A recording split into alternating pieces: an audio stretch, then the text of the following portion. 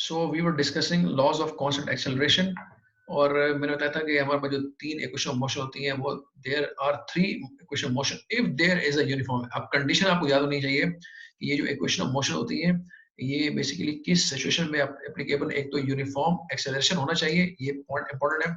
और दूसरा ये कि मोशन क्या उसमें होगा इन अ स्ट्रेट लाइन। ये चीजें आपसे पूछी जा सकती हैं कि जो इक्वेशन ऑफ मोशन है उसके लिए जो क्राइटेरिया है या उसके लिए जो कंडीशन है वो क्या है। एक first is the uniform acceleration, second is the motion in a straight line.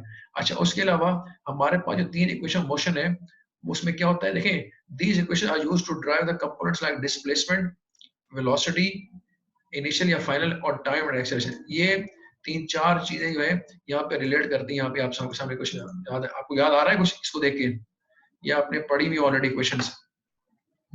तो इसमें V U A T आपको नजर आ रहा है, इसके अलावा S नजर आ रहा है। तो V का मतलब होता है फाइनल वेलोसिटी को हम कहते हैं V। S हमारे U जो हमारे पास होता है ये होता है हमारे पास इनिशियल वेलोसिटी, यानी V and U are the velocities. V basically is the final velocity, U is the initial velocity, A तो ऑफ कोर्स हमारे पास एक्सेलरेशन है और T हमारे पास टाइम है। तो कुछ तो हमें नोन है बड़ी सी तरह से, क्योंकि हम A को नहीं बोलते, A का मतलब क्या है, T को हम नहीं बोल सकते क्योंकि टाइम को रिप्रेजेंट करता है। लेकिन ये जो V है और ये जो U है, ये जाहिर बात है यूजुअली इतना ज्यादा V को हम यूजुअली वेलोसिटी लिखते हैं, लेकिन अब U और V में क्या फर्क होगा तो ये थोड़ा सा कंफ्यूजिंग है। इसके अलावा S यहाँ पे एक नई टर्म आ गई, लेकिन S भी हम लोग डिस्टेंस या डिस्प्लेसमेंट के टर्म में पढ़ते आए हैं, ठीक है। तो ये इतनी कंफ्यूजन इसमें होनी नहीं चाहिए। तो नाउ यू शुड नो कि V बेसिकली यूजुअली तो हम वेलोसिटी के लिए लिखते हैं, लेकिन इस केस में हम इसे कहेंगे this is the final velocity, यानी कि जो इवेंचुअली जो आपने वेलोसिटी एक्वायर कर ली है आफ्टर सम टाइम और at some point of the journey, उसे हम कहेंगे फाइनल वेलोसिटी। ये भी क्वेश्चन में गिवन होती है। यू बेसिकली आपकी इनिशियल वेलोसिटी होगी, ठीक है। इनिशियल मतलब एट द वेरी बिगिनिंग, अगर वो प्रॉब्लम में एक्सप्रेसली मेंशन की गई है। A is the acceleration, T is the time and S is the displacement, ठीक है। ये सारी चीजें आपकी यहाँ पे लिंक है, तो ये आपको जहन में रखनी होगी इक्वेशन मोशन। अच्छा, अगर आपने ये मेमोराइज करनी है या नहीं ये मैं आपको बता दूंगा, लेकिन फिलहाल अंडरस्टैंडिंग के लिए आप इसको जरा पढ़ लीजिएगा अच्छी तरह से प्लीज। तो ये एक्चुअली क्या है, this is what we call equations of motion, ठीक है। तो यहाँ से हमने सीखा मोशन क्या होता है और ये किस तरह से डिस्क्राइब की आती है इक्वेशन मोशन को। तो ये लिखा किस तरह से displacement in terms of displacement, distance, velocity, acceleration, time and speed. और इसके अलावा इक्वेशन ऑफ मोशन बेसिकली है क्या, तो वो इन तमाम जो क्वांटिटीज लिखी, पैरामीटर्स लिखे हैं, बेसिकली इन क्वांटिटीज दरमियान जो जो रिलेशंस हैं उसको हम कहते हैं इक्वेशन ऑफ मोशन के बारे में बताते हैं। और फिर ये कब एप्लीकेबल होगी, मैंने बताया था क्या कंडीशन में होती है। तो एक तो यूनिफॉर्म एक्सेलरेशन होना चाहिए, दूसरा हमारे पास मोशन इन स्ट्रेट लाइन होनी चाहिए, तभी एप्लीकेबल है। और फिर हम इससे इस तरह ये तीन इक्वेशन बेसिकली इसको इस्तेमाल करते हैं। अच्छा, इसके बाद ये तो हो गया लॉस ऑफ, यानी कि ये एक्चुअली तो ये टॉपिक था इक्वेशंस ऑफ मोशन का, ठीक है। उसके बाद हमारे पास जो टॉपिक है वो है इक्विलिब्रियम का। इक्विलिब्रियम भी आप लोगों ने पढ़ा हुआ है ऑलरेडी, लेकिन मैं आपको क्विकली इसका बता देता हूँ। इक्विलिब्रियम का मतलब क्या होता है कि अगर कोई ऑब्जेक्ट इक्विलिब्रियम में है तो इसका एक्चुअली मतलब क्या है। इसका सिंपल मतलब ये होता है कि उसके ऊपर जितनी फोर्सेस भी एक्ट कर रही होंगी, ठीक है, यानी कि जिसे हम कहेंगे नेट फोर्स। नेट फोर्स का मतलब होता है कि when we take the overall impact of all the forces acting on the object, इसे हम कहते हैं नेट फोर्स। ये हम पहले भी इस पे बात कर चुके हैं। तो नेट फोर्स का मतलब क्या हुआ कि अगर हमारे पास मल्टीपल फोर्सेस एक्ट कर रही है किसी भी ऑब्जेक्ट के ऊपर, तो उसका हम एक्यूमुलेटिव इफेक्ट जो देखते हैं उसे हम नेट फोर्स के तौर पर डिस्क्राइब करते हैं। तो इसका मतलब ये हुआ अगर हमारे पास कोई ऑब्जेक्ट इक्विलिब्रियम में है तो इसका मतलब mathematically in terms of physics की पॉइंट ऑफ व्यू से ये होता है कि उसके ऊपर जितनी भी फोर्स ऐड कर रही होगी वो उनका जो नेट इफेक्ट होगा वो होगा इक्विवेलेंट होगा जीरो, यानी नेट फोर्स एक्चुअली जीरो होगी, ठीक है। नेट फोर्स का मतलब ये हुआ कि एक्यूमुलेटिव जो इफेक्ट होता है, जो ओवरऑल इंपैक्ट होता है ऑफ ऑल दोस फोर्सेस का, वो क्या होगा। तो हम आसान अल्फाज में एक वर्ड जो कहते हैं उसे कहते हैं नेट फोर्स, ठीक है। तो उस वो जो होगी वो इक्वल होगी टू जीरो। अच्छा, इसका मतलब अभी और भी मैं एक्सप्लेन कर रहे हैं। जरूरी नहीं है कि इक्विलिब्रियम में का मतलब हो कि ऑब्जेक्ट एट रेस्ट होगा, ठीक है। ये जरूरी नहीं है। ऑब्जेक्ट, मूविंग ऑब्जेक्ट भी जो होते हैं वो इक्विलिब्रियम स्टेट में हो सकते हैं। जैसे कि यहाँ पे लिखा हुआ है सेकंड पॉइंट में कि ऑब्जेक्ट इज नॉट मूविंग, जो है वो तो इज इन इक्विलिब्रियम है, यानी कि अगर कोई ऑब्जेक्ट मूव नहीं कर रहा, लेकिन ये जरूरी नहीं है कि वो हमेशा रेस्ट में ही होगा तो ही इक्विलिब्रियम स्टेट होती है। और इसमें ये एग्जांपल थर्ड पॉइंट में लिखा हुआ है कि अगर कोई मूविंग ऑब्जेक्ट है, ठीक है, वो भी इक्विलिब्रियम में हो सकता है, लेकिन उसकी शर्त ये होती है अगर वो एक कांस्टेंट वेलोसिटी मेंटेन करेगा। ये हो गया मूवमेंट मूविंग ऑब्जेक्ट के लिए। यानी पहला तो एक चीज है रेस्ट में है, तो रेस्ट में है तो डेफिनेटली वो तो फिर इक्विलिब्रियम स्टेट में है, ठीक है, वहां तो कोई कंफ्यूजन नहीं है। लेकिन ये जरूरी नहीं है कि इक्विलिब्रियम स्टेट के लिए आपको ऑब्जेक्ट को रेस्ट में ही होना लाजमी है। No, it can be in moving state also. लेकिन मूवमेंट अगर कर रहा है मूविंग स्टेट में है तो फिर उसके लिए शर्त ये होता है कि it must maintain A constant velocity. तो ये भी पॉइंट आपको पता होना चाहिए कि इक्विलिब्रियम कैसे अचीव किया जा सकता है। और न्यूटन के सेकंड लॉ के मुताबिक ये देखें, ये जो पॉइंट लिखा हुआ है यहाँ पे हेयर, ये लिखा हुआ है कि ये सम का निशान है मैथमेटिकली, आपको पता ही होगा कि सम ऑफ ऑल द फोर्स, जितनी फोर्सेस पे एक्ट कर रही होंगी वो इवेंचुअली न्यूटन के सेकंड लॉ होता है एम टाइम्स ए होता है ना, मास टाइम्स एक्सेलरेशन, वो जीरो के बराबर होगी। इसका मतलब होगा एक्सेलरेशन जीरो होगा। देखिए, मास टाइम एक्सेलरेशन है, मास तो जीरो होने से रहा, किसी भी ऑब्जेक्ट का मास तो जीरो नहीं हो सकता, एक्सेलरेशन ही जीरो होगा, तभी ये ओवरऑल इसका जो फोर्स होगी ये जीरो बन जाएगी। तो इसलिए लिखा हुआ है, मैंने क्लियरली मेंशन किया कि a is equal to zero, acceleration नहीं होगा। और आपको पता है एक्सेलरेशन कब होती है, तो जनरली हमें पता है वेलोसिटी में दो चीज होती है, वेलोसिटी के अंदर स्पीड भी होती है, वेलोसिटी में डायरेक्शन भी होती है, ये आपने ध्यान में रखना है। वेलोसिटी के अंदर सिर्फ स्पीड नहीं होती, उसमें डायरेक्शन का एलिमेंट भी शामिल है। तो यहाँ पर ये है कि मतलब कि कहने का मकसद यहाँ पर ये है कि अगर एक्सेलरेशन जीरो है तो इट मीन्स कि उसके अंदर जो वेलोसिटी यहाँ पे स्पेसिफिकली लिखा हुआ है कांस्टेंट वेलोसिटी, ठीक है, तो इसका मतलब है there is no change in the velocity. तो अगर वेलोसिटी चेंज नहीं हो रही तो इसका मतलब acceleration, there is no acceleration, ठीक है। तो इसलिए ये आपने ध्यान में रखना है कि यहाँ पर इस इक्विलिब्रियम के केस के अंदर आपके पास जो वेलोसिटी होगी वो कांस्टेंट होगी और दो दो के आपका ऑब्जेक्ट मूविंग स्टेट में है। तो अब इससे आपको समझ में आ गया होगा कि इक्विलिब्रियम स्टेट होती है, ये जो सिचुएशन होती है, ये एप्लीकेबल है ऑन बोथ दी सिचुएशंस, चाहे एट रेस्ट हो चाहे इन मूविंग सिचुएशन में हो, ठीक है। अच्छा, उसके बाद जब हमने ये समझ लिया इक्विलिब्रियम की ये होती क्या है, तो अब इसके अंदर मजीद दो चीज आ जाती है।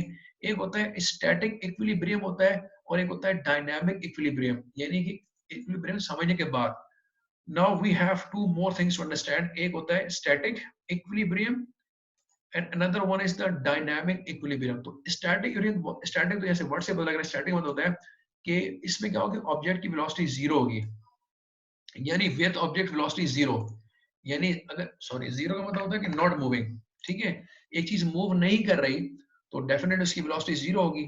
तो where the object's velocity zero means static equilibrium है। और डायनामिक इक्विलिब्रियम का मतलब ये होगा कि जब ऑब्जेक्ट मूव कर रहा है एट अ कांस्टेंट वेलोसिटी। देखिए फिर यहाँ लिखा हुआ है कांस्टेंट का वर्ड, आप सिर्फ लिख नहीं सकते at a certain velocity, no, क्योंकि इक्विलिब्रियम की बात हो रही है इसलिए object must be moving at a constant velocity.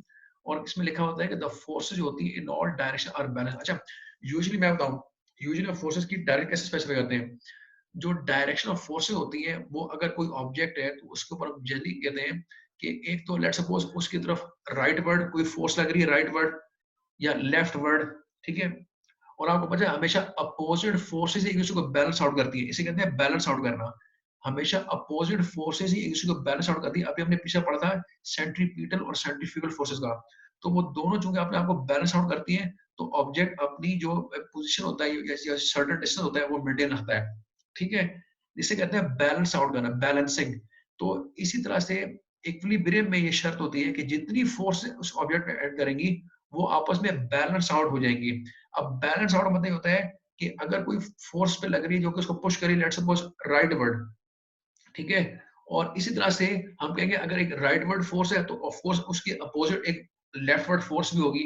तो अगर ये दोनों बराबर होंगी यानी बैलेंस आउट होगी तो वो ऑब्जेक्ट ना राइट वर्ड मूव करेगा ना लेफ्ट वर्ड मूव करेगा, वो स्टेशनरी रहेगा, यानी कि it will be stay in the same position, ना राइट वर्ड ना लेफ्ट वर्ड। अगर तो वो मूव नहीं कर रहा, ठीक है, तो हम कहेंगे कि ये दोनों फोर्सेस बराबर। और अगर इवन मूव भी कर रहा है फॉर एग्जांपल एक कांस्टेंट वेलोसिटी, तब भी दोनों फोर्सेस बराबर होंगी। अच्छा, ये तो होगी राइट वर्ड और लेफ्ट वर्ड। इसी तरह से होती है अपवर्ड और डाउनवर्ड, यानी अपवर्ड और डाउनवर्ड में अगर कोई फोर्स हो सकती है ना, आपके पास राइट और लेफ्ट वर्ड तो नहीं हो सकती।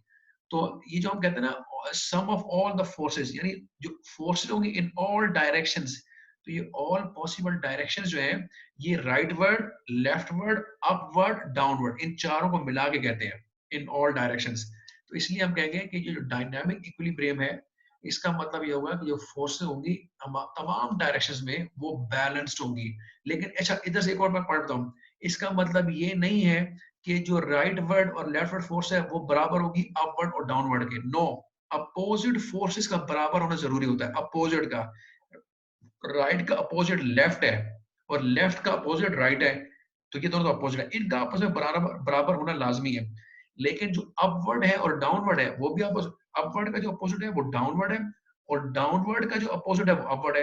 तो हम ये नहीं कह सकते कि upward force should be equal to rightward force, क्योंकि अपवर्ड फोर्स का राइटवर्ड फोर्स से कोई लेना देना नहीं है, ठीक है, या डाउनवर्ड फोर्स का लेफ्टवर्ड फोर्स से कोई लेना देना नहीं है।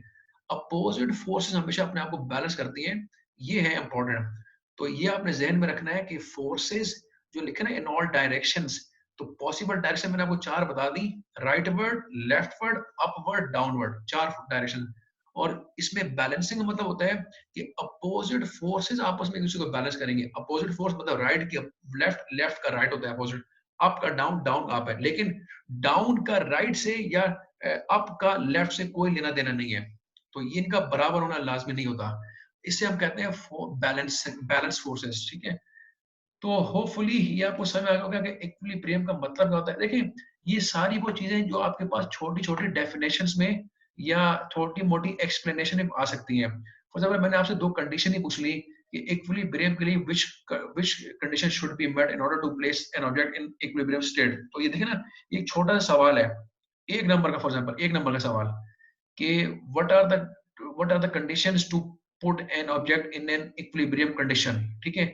तो देखें ये एक नंबर का सवाल है। अब आपने इक्विलिब्रियम पढ़ा हुआ है, आपको मैंने यहाँ पढ़ा दिया, समझा दिया, ठीक है। तो आप समझ सकते हैं हाँ इक्विलिब्रियम के लिए कंडीशंस क्या है, वो आपको मैंने बता दी, ठीक है। तो अगर तो वो रेस्ट में है तो डेफिनेटली वो इक्विलिब्रियम के अंदर होगा, लेकिन अगर वो मोशन में है, मूविंग में है, तो उसके लिए कांस्टेंट वेलोसिटी शर्त है, ठीक है।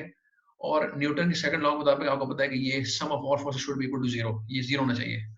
एक तो ये और दूसरा ये भी पता चाहिए कि स्टैटिक इक्विलिब्रियम और डायनामिक इक्विलिब्रियम में क्या फर्क होता है। अब ये भी पता लग गया आपके यहाँ से, ठीक है। और फोर्सेस का बैलेंस्ड आउट होना, इसका क्या मतलब होता है, तो ये भी मैंने अभी आपको एक्सप्लेन कर दिया है। तो ये एक छोटा सा टॉपिक था इक्विलिब्रियम का, मैंने कहा चलो आपको रिवाइज करवा दूं, क्योंकि हो सकता है मैं इससे रिलेटेड भी आपको एक दो प्रॉब्लम्स बताऊंगा अभी, ठीक है, करवाऊंगा। तो ये इक्विलिब्रियम के न्यूमेरिकल्स हो सकते हैं। इसी तरह से आपके पास इक्वेशन ऑफ मोशंस तो खैर बहुत ही आसान है, आई डोंट थिंक सो कि बहुत इम्पोर्टेंट, लेकिन शायद सेंट्रीपिटल और सेंट्रीफ्यूगल फोर्सेस भी एक दो न्यूमेरिकल हो सकते हैं। तो एक दो न्यूमेरिकल इसके, यानी पेपर का मैं नहीं कह रहा, मैं सिर्फ स्टडी के पॉइंट ऑफ व्यू से कह रहा हूँ कि पेपर में तो सेंट्रीपिटल फोर्स और सेंट्रीफ्यूगल फोर्स का पूछ सकता हूँ, लेकिन न्यूमेरिकल का कंफर्म नहीं कह रहा मैं बीसी का भी, लेकिन मैं आपको बता दूंगा नेक्स्ट वीक तक। इस तरह से इक्विलिब्रियम की जो हमने अभी इसकी सारी जो सेशन पढ़ी है, इसके भी पॉसिबल न्यूमेरिकल हो सकते हैं, मतलब for the sake of study. अभी मैंने इसका ये नहीं कंफर्म करा कि एग्जाम्स में क्या क्या शामिल होगा, ठीक है, क्योंकि छोटे मोटे टॉपिक्स हैं, इनके ऊपर उस पर एक एक दो दो नंबर के क्वेश्चन मैं पूछ सकता हूँ आपसे, नॉट मोर देन दैट। अच्छा एक तो हो गया इक्विलिब्रियम। इक्विलिब्रियम के बाद एक और इम्पोर्टेंट फैक्टर आता है, उसे कहते हैं मोमेंट ऑफ फोर्स। अब देखिए ये मोमेंट ऑफ फोर्स भी हमने पढ़ी हुई है, लेकिन मैं आपको फिर रिवाइज करवा रहा हूँ। मोमेंट ऑफ फोर्स का मतलब क्या होता है, जिसको हम टॉर्क के नाम से भी जानते हैं, ठीक है। यानी मोमेंट ऑफ ए फोर्स या टॉर्क अगर हम बात करें तो एक ही बात होती है। ये क्या होता है, एक टर्निंग इफेक्ट होता है ऑफ द फोर्स का, यानी जब आप फोर्स पे अप्लाई करते हैं तो उसके रिजल्ट में एक टर्निंग इफेक्ट क्रिएट होता है। जैसे अभी आपको इसमें एग्जाम्पल बताऊंगा। और अबाउट ए पाइवोट, यानी ये वो पॉइंट जिसके गिर्द या जिसके अराउंड वो टर्निंग इफेक्ट क्रिएट होता है, ठीक है। तो मोमेंट ऑफ फोर्स जिसे हम टॉर्क के नाम से भी जानते हैं, उसको हम क्या कहते हैं, ये टर्निंग इफेक्ट होता है of the force about A pivot. अभी मैं आपको नीचे डायग्राम में दिखाऊंगा, वहां पे क्लियर हो जाएगा सारी चीजें। अच्छा अब ये किसके बराबर होती है, ये प्रोडक्ट होता है ऑफ फोर्स का, अरे फोर्स अप्लाई हो रही तो फोर्स इसमें इंक्लूडेड होगी, और एक परपेंडिकुलर डिस्टेंस होता है from the line of action of the force to the pivot. अब ये लाइन ऑफ एक्शन क्या है, ये भी मैं आपको डायग्राम दिखाऊंगा कि लाइन ऑफ एक्शन किसको कहते हैं। तो प्रोडक्ट किसकी है, ये फोर्स की जगह फोर्स अप्लाई हो रही है, एक तो फोर्स है, और एक पर्टिकुलर डिस्टेंस होगा किसके बीच में, जिस पॉइंट पे आप फोर्स अप्लाई कर रहे हैं वहां से लेकर उस पॉइंट पे जिसके जिसके अराउंड रोटेशन हो रही है, उस पॉइंट को जिसे कहते हैं पाइवोट। यानी अ पॉइंट जिसके अराउंड ये टर्निंग इफेक्ट क्रिएट होगा या ये रोटेशन क्रिएट होगी, ठीक है। तो उससे लेकर जिस पॉइंट पर आप डिस्टेंस फोर्स अप्लाई करते हैं उसका ये कहते हैं लाइन ऑफ एक्शन कहते हैं, इसे कहलाती है, ठीक है। अभी नीचे डायग्राम से दिखाता हूँ। अच्छा, इसकी जो ऐसा यूनिट है मोमेंट ऑफ फोर्स की वो न्यूटन मीटर होगी और ये एक वेक्टर क्वांटिटी है क्योंकि इसमें डायरेक्शन है ना, ठीक है। तो ये तो एक सिंपल कॉन्सेप्ट है मूवमेंट ऑफ फोर्स का या जिसे हम टॉर्क कहते हैं। इसके अलावा इसकी जो डायरेक्शन होती है वो कैसे निकालते हैं आप? डायरेक्शन आप निकालते हैं by right hand grip rule से। अभी जो कहता है कि परपेंडिकुलर होती है to the plane of the force and pivot. क्योंकि फोर्स और पाइवोट जो होते हैं वो सेम प्लेन पर होते हैं तो कहता है उनसे परपेंडिकुलर होगी जो कि पैरेलल होता है to the axis of rotation. अभी अभी आपको एक डायग्राम दिखाता हूँ उससे आपको क्लियर हो जाएगा। अच्छा, ये पॉइंट समझने के बाद मैथमेटिकली हम इसको इस तरह लिखते हैं कि जो हमारे पास मोमेंट ऑफ फोर्स होती है जिसे हम टॉर्क भी कहते हैं वो बराबर होता है फोर्स टाइम्स द डिस्प्लेसमेंट। अच्छा, इस डिस्टेंस को ये जो डी लिखा हुआ है इसको हम समटाइम्स मोमेंट ऑफ आर्म कहते हैं, arm moment, moment of arm, ठीक है। ये जो डी है, ठीक है। तो इसमें आर हमारे पास क्या है? मोमेंट ऑफ फोर्स है आर। अभी देखें तो थोड़ा कंफ्यूजिंग है, ये आर है ये भी तो फोर्स ही है, ठीक है। लेकिन ये बेसिकली हम कैलकुलेट कर रहे हैं torque, moment of force upon torque इसे कहते हैं, ठीक है। ये हमारे पास एक्चुअली वो फोर्स है जो हम अप्लाई कर रहे हैं किसी भी चीज के ऊपर। और डी बेसिकली डिस्टेंस होगा, परपेंडिकुलर डिस्टेंस होगा from the line of action of the force to the pivot. अब ये मैं आपको दिखाता हूँ नीचे डायग्राम में। This is the example here. यहाँ से आपको क्लियर हो जाएगा कि लेट्स सपोज हमारे पास ये पॉइंट जहां से ये सपोज किया ये एक पाइवोट है, काइंड ऑफ एक स्टेशनरी पॉइंट है, फिक्स पॉइंट कह लें। पाइवोट बेसिकली एक फिक्स पॉइंट है और ये हमारे पास लेट्स सपोज एक डोर की एग्जांपल ले लें। डोर की, आपके घरों में जो डोर होते हैं हमारे घर में, डोर की एग्जांपल ले लें। डोर एक जगह से फिक्स हुआ होता है, ठीक है। तो वहां पे एक फिक्सिंग पॉइंट है और लेट सपोज हम डोर के इस कॉर्नर से यूजुअली इससे फोर्स अप्लाई करते हैं। जी जी जी, बिल्कुल बिल्कुल, बिल्कुल ऐसा ही है। तो ये जो आप सामने आपको डायग्राम बता रहा हूँ ये समझ लें। आप एक डोर की एग्जांपल ले लें। आपके घर में जो रूम्स की जो डोर होते हैं, कोई भी डोर है, वो एक पॉइंट से फिक्स हुआ होता है, ठीक है। और उससे हम कहेंगे लेट्स सपोज उसका पाइवोट पॉइंट है, ठीक है, जहाँ पे फिक्स हुआ हुआ है। और इस पॉइंट की गिर्द रोटेशन होती है। लेट्स सपोज अगर मैं इस पॉइंट पे यानी ये जो रेड लाइन है इसके इस एंड पे फोर्स अप्लाई करता हूँ हेयर, तो इससे होगा क्या कि ये अच्छा अब मेरी first of all force direction है, अब इस तरफ से पुश मैं करता हूँ, ये फोर्स डायरेक्शन अपवर्ड है। तो ये क्या हो रहा है? जिससे हम कहेंगे ये है line of action of the force. ये लाइन है यानी जिस डायरेक्शन में आप फोर्स अप्लाई करते हैं उसे हम कहते हैं line of action of the force. जाहिर बात है दरवाजे को आप या तो यहाँ से पुश करेंगे या यहाँ से पुश करेंगे, ठीक है। तो जिस पॉइंट से आप फोर्स अप्लाई करते हैं उसकी जो पैरेलल लाइन बनती है ना उसे हम कहते हैं line of action of the force. अच्छा, उस जिस पॉइंट पर आप डिस अप्लाई कर रहे हैं, फोर्स अप्लाई कर रहे हैं, वहां से लेकर उस पॉइंट तक जहां पे ये चीज फिक्स हुई होती है, इससे हम कहते हैं ये होता है डिस्टेंस। कि पाइवोट कहां पर है? यानी जिस पॉइंट पे वो चीज फिक्स हुई हुई है, यानी दरवाजे की हिंजेस होती हैं वो वहां जहां फिक्स हुआ होता है, वहां से लेकर जिस पॉइंट पर आप दरवाजे के फोर्स अप्लाई करें, ये डिस्टेंस जो है इसे हम कहते हैं डी, या बाज ऐसे मोमेंट आर्म भी कहते हैं, मोमेंट आर्म, ठीक है। तो देखिए ना आप यहाँ फोर्स जब अप्लाई करेंगे होगा क्या? इससे एक टर्निंग इफेक्ट क्रिएट होगा। टर्निंग इफेक्ट होता है कि ये जब आप यहाँ फोर्स अप्लाई करेंगे तो it will rotate something like this, ऐसे घूम जाएगा, टर्न करेगा, यू टर्न करेगा। दरवाजा आपका जो होता है घरों में वो कैसे करता है? आपने उसमें फोर्स अप्लाई की, उससे एक टर्निंग इफेक्ट क्रिएट हो, वो टर्न करता है, ठीक है, मूव करता है। तो ये जो टर्निंग इफेक्ट है इसे हम कहते हैं मोमेंट ऑफ फोर्स या टॉर्क, ठीक है। और ये मैथमेटिकली बराबर होता है फोर्स टाइम्स द डिस्टेंस। और ये फोर्स उसका मैग्नीट्यूड जो आपने यहाँ अप्लाई की होगी, और ये डिस्टेंस क्या होगा? उस पॉइंट से लेकर पाइवोट तक का डिस्टेंस जो है इसे हम कहेंगे डी। और ये मस्ट बी परपेंडिकुलर होता है टू ईच अदर, ठीक है। यानी एफ एंड डी। अब देखें एफ तो आप यू अप्लाई कर रहे हैं फोर्स इस डायरेक्शन में, जबकि डी क्या है? इस डायरेक्शन में। तो ये दोनों एक दूसरे के परपेंडिकुलर हो गए यानी 90 डिग्री पे है। ये इस तरह से यूं है और आपकी फोर्स की एप्लीकेशन जो है डायरेक्शन की यूं है। तो इससे हम कहेंगे कि note that F and D must be perpendicular to each other, एक दूसरे से परपेंडिकुलर होंगे। तो होपफुली यहाँ से आपको अब समझ में आएगा होगा कि पाइवोट क्या होता है, डिस्टेंस कैसे कैलकुलेट कहाँ से मेजर करते हैं, और फोर्स की जो एप्लीकेशन होती है वो कैसे होती है, और line of action of the force का मतलब क्या है, ठीक है। तो ये इसकी बेहतरीन एग्जाम्पल आपके घरों के दरवाजे हैं, डोर्स हैं। अच्छा, इसमें एक इंटरेस्टिंग फैक्ट बताता हूँ आपको।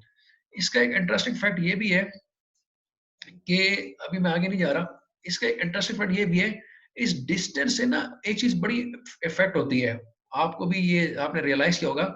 कभी आप देखेंगे आपके घर का एक दरवाजा ले लें, अब उसका एक एंड तो फिक्स है, लेट्स सपोज जिसे हम पाइवोट कहते हैं, लेकिन आप घर के यूजुअली घरों में जो उसका जो ओपनर लगा होता है दरवाजों को ओपन क्लोज करने के लिए, वो हमेशा दूसरे एक्सट्रीम एंड पे लगा होता है। वो बीच में क्यों नहीं लगा होता, या इधर क्यों नहीं लगा होता? कभी आपने सोचा है? आपके घरों में जो दरवाजे होते हैं, उसमें आपका जो ओपनिंग के लिए जो लॉक्स लगे होते हैं, वो उस दरवाजे के दूसरे एंड पे लगे होते हैं। यानी यहाँ हिंजेस यहाँ लगी हुई है और यहाँ पे लॉक लगा हुआ है। इसका क्या रीजन है जी?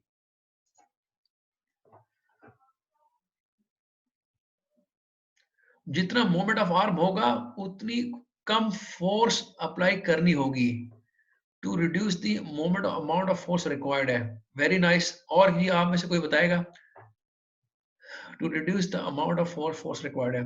ठीक है, तो जी, तो आप लोगों ने बिल्कुल सही कहा।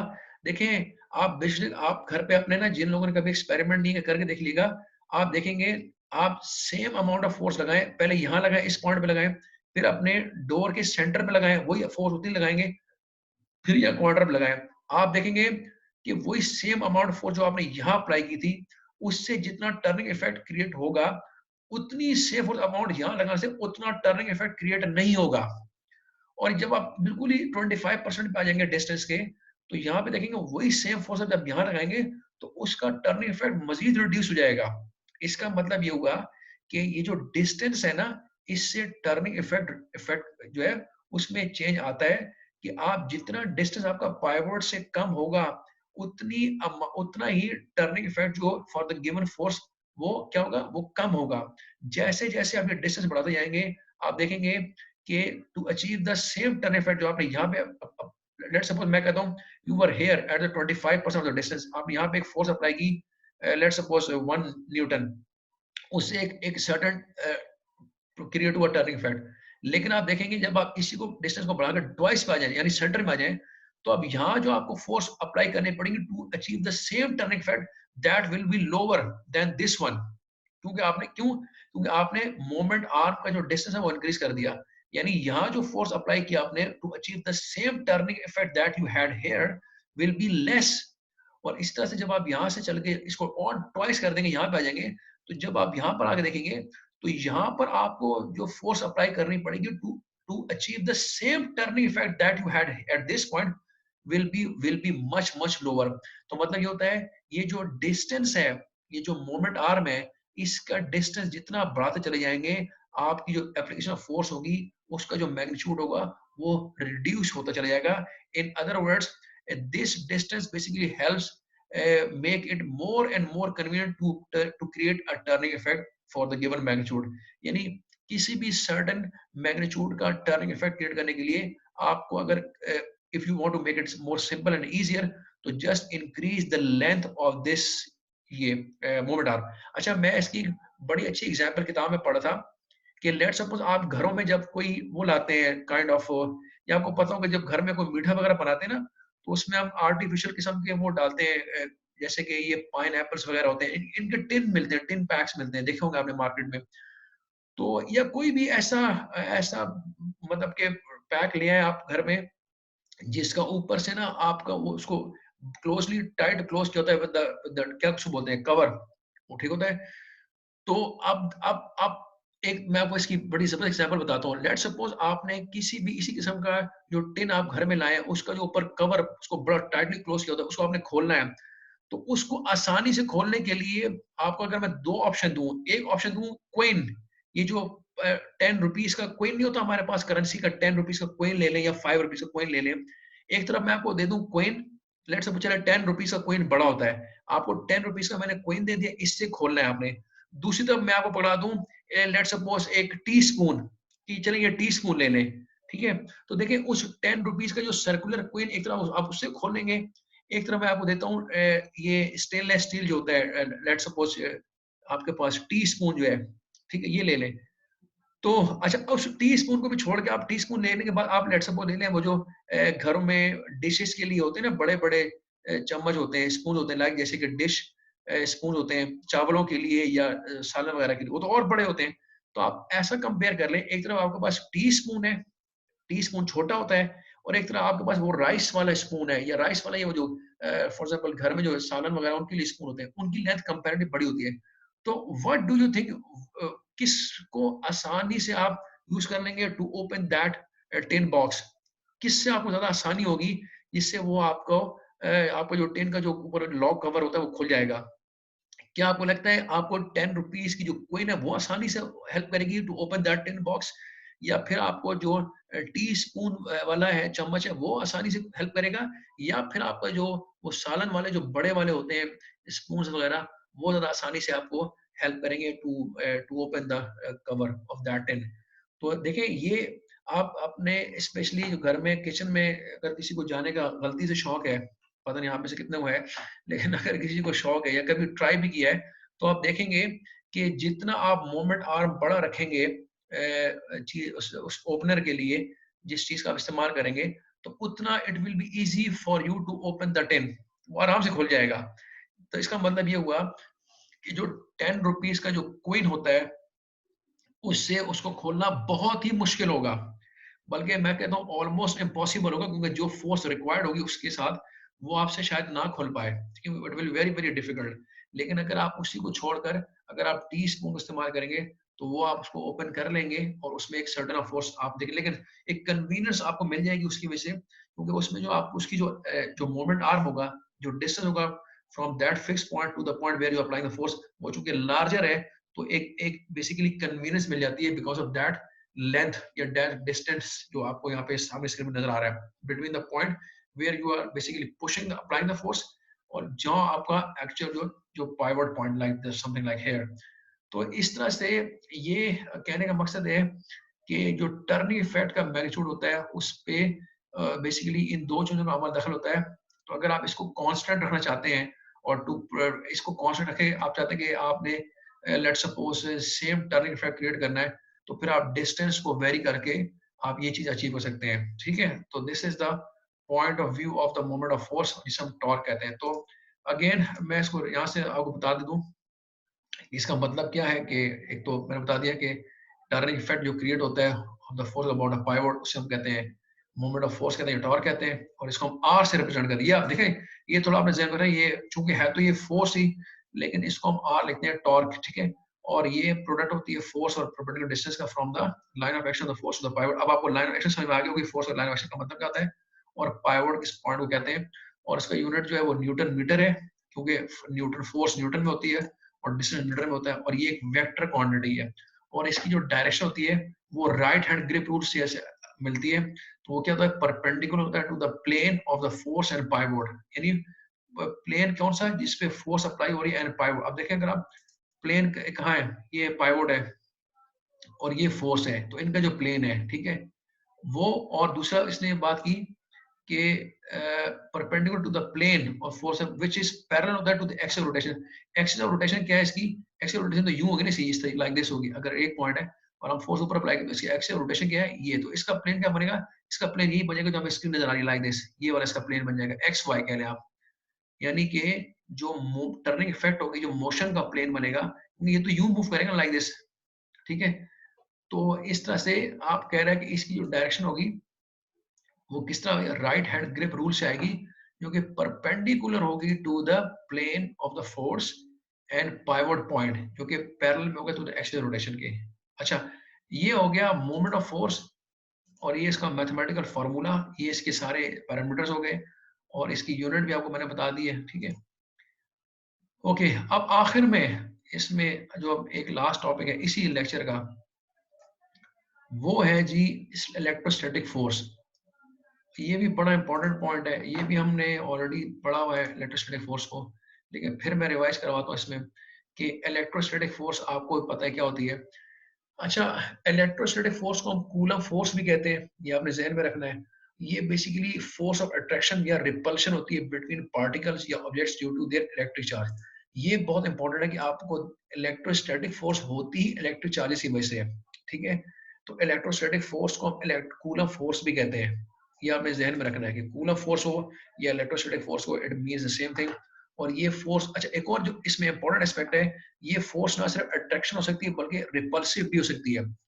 जबकि जो हमारे एक और हमारे पास जो नेचुरली ऑकरिंग फोर्स है जिसे हम ग्रेविटी कहते हैं, वो हमेशा अट्रैक्टिव होती है, उसमें रिपल्शन नहीं होती। लेकिन हमारे पास जो इलेक्ट्रोस्टैटिक फोर्स है इसमें अट्रैक्शन प्लस रिपल्शन दोनों पॉसिबल है। और ये होती इस वजह से है कि उनके ऊपर जो इलेक्ट्रिक चार्ज होते हैं ना ऑब्जेक्ट्स के ऊपर या पार्टिकल्स के, ठीक है, between particle objects due to their electric charge, ठीक है। अच्छा उसके बाद क्या है, ये तो हमने देखा। उसके बाद हम देखते हैं कि टू लाइक इलेक्ट्रिक चार्ज, यानी कि दो जो एक जैसे इलेक्ट्रिक चार्ज होते हैं, यानी दोनों पॉजिटिव और नेगेटिव होंगे, वो रिपेल करेंगे ईच अदर को along a straight line between their centres. देखिए ये पॉइंट बहुत इंपॉर्टेंट है हियर। हमेशा जो इलेक्ट्रिक स्टैटिक फोर्स होती है, वो अगर हम चार्जेस की बात करते हैं तो हमेशा बिटवीन द लाइन जो होती है ना, लाइन बिटवीन देयर सेंटर्स, हमेशा ये उसके हम सेंटर्स की बात कर रहे होते हैं। क्योंकि जनरल कॉन्सेप्ट होता है कि एक जो होती है सेंटर ऑफ मास, ठीक है, ये आपने पढ़ा ही होगा फिजिक्स में, सेंटर ऑफ मास।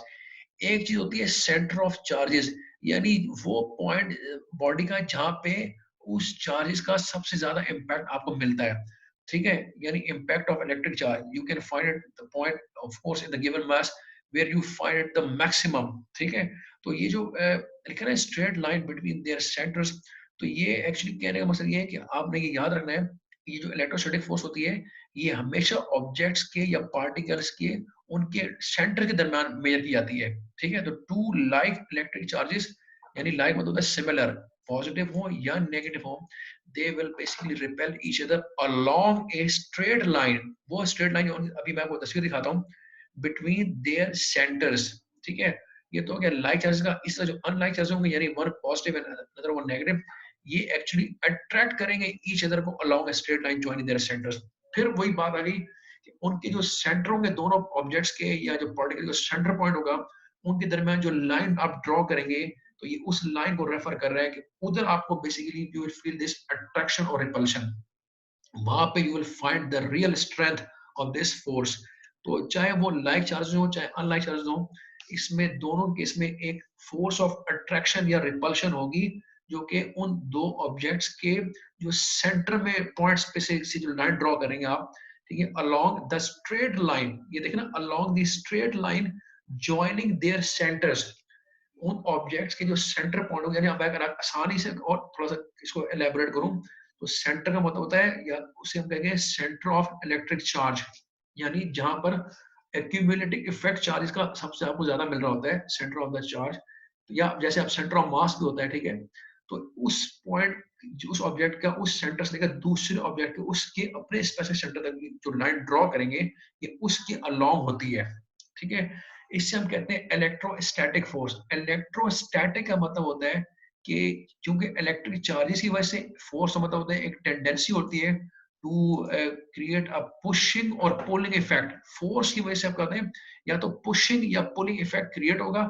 और इलेक्ट्रोस्टैटिक का मतलब होता है इलेक्ट्रिक चार्जेस होते हैं और यूजुअली ये स्टेशनरी होते हैं। ये इलेक्ट्रोस्टैटिक का मतलब होता है चार्जेस एट रेस्ट। देखिए ये आपको समझना है, ये जो टर्म है इलेक्ट्रोस्टैटिक, तो स्टैटिक हम पढ़ चुके हैं, अभी हमने पढ़ा, तो इसका मतलब जिसमें कोई वेलोसिटी नहीं होती है, ठीक है। स्टैटिक मतलब होता है स्टेशनरी, यानी एट रेस्ट। तो ये जो इलेक्ट्रोस्टैटिक फोर्स होगी, ये जो चार्जेस होते हैं, ये वो and when they are at rest, यानी they are not moving charges, ये स्टैटिक रेस्ट चार्ज होते हैं। तो उनके उनकी वजह से जो उनके नियर बाय जो चार्ज होंगे, चाहे वो सिमिलर हो या डिसिमिलर हो, तो जो भी रिजल्टिंग जो अट्रैक्टिव या रिपल्सिव फोर्स होगी, उसकी बात हो रही है। और ये हमने ज़हन में रखना है कि चार्जेस एट रेस्ट के पर्सपेक्टिव बताया गया है। तो ये है इसका मतलब कि एक एस्पेक्ट, यानी कि व्हाट इट इज, ये फोर्स क्या होती है। उसके बाद कि जब हमें ये फोर्स पता लग गई कि इसका मतलब क्या है, तो हमें एक लॉ है कूलम्स लॉ, ये भी हम पढ़ चुके हैं ऑलरेडी। कूलम्स लॉ क्या कहता है कि ये जो फोर्स होती है, जो जिसे इलेक्ट्रोस्टैटिक फोर्स होती है, वो कहता है कि इसका जो मैग्नीट्यूड होता है ना, जो फोर्स होती है बिटवीन इलेक्ट्रोस्टैटिक चार्जेस की, उसका जो मैग्नीट्यूड है वो डायरेक्टली प्रोपोर्शनल होता है to the amount of one charge. यानी अगर फॉर एग्जांपल एक चार्ज है Q1, उसकी जो अमाउंट है उसको अगर हम मल्टीप्लाई करते हैं bye the other charge Q2, ठीक है। यानी समझ आसानी से अगर मैं इसको कहूं, तो in simple word it means कि the product of the charges, ठीक है, उनका दोनों का प्रोडक्ट के बराबर होता है, उसके डायरेक्टली प्रोपोर्शनल होगी।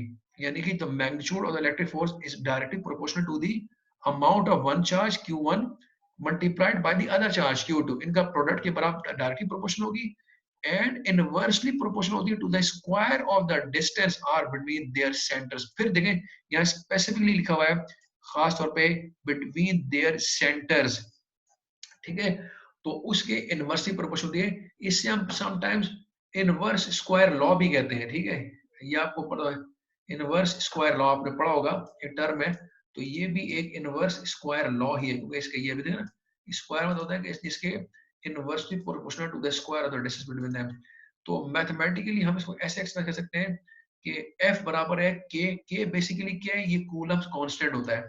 हर आपको पता है जब भी इस किस्म की कोई प्रोपोर्शनलिटी का इक्वेशन लिखते हैं तो उसमें कांस्टेंट आता है, तो जब हम कांस्टेंट इसमें आएगा Coulomb's constant, otherwise Q1 Q2 ये दो रिस्पेक्टिव चार्जेस होते हैं जिसकी हम बात करें उनका मैग्नीट्यूड बताएगा, और divided by r square, r is the distance है between the centre of these two charges, ठीक है। तो this is how we calculate the Coulomb's force according to the Coulomb's law, और ये तो एक कांस्टेंट क्वांटिटी नॉन क्वांटिटी होती है जो हमें गिवन होगी, ठीक है। तो this is the mathematical equation. अब मैं अगर आगे लेके चलूं तो this is the situation in the real, मतलब के एस्पेक्ट में अगर देखें तो जो इलेक्ट्रोस्टैटिक फोर्स होती है जिसे हम कूलम्स लॉ के मुताबिक वो मैथमेटिकल में देख लिया इसके बराबर होती है, इसमें F जो है वो इलेक्ट्रोस्टैटिक फोर्स है, Q हमारे पास इलेक्ट्रिक चार्ज कहलाता है, R distance between electric charge centres होते हैं, और कूलम कांस्टेंट की वैल्यू होती है 9.0 into 10 raised to power 9 newton metre square upon coulomb square, ठीक है।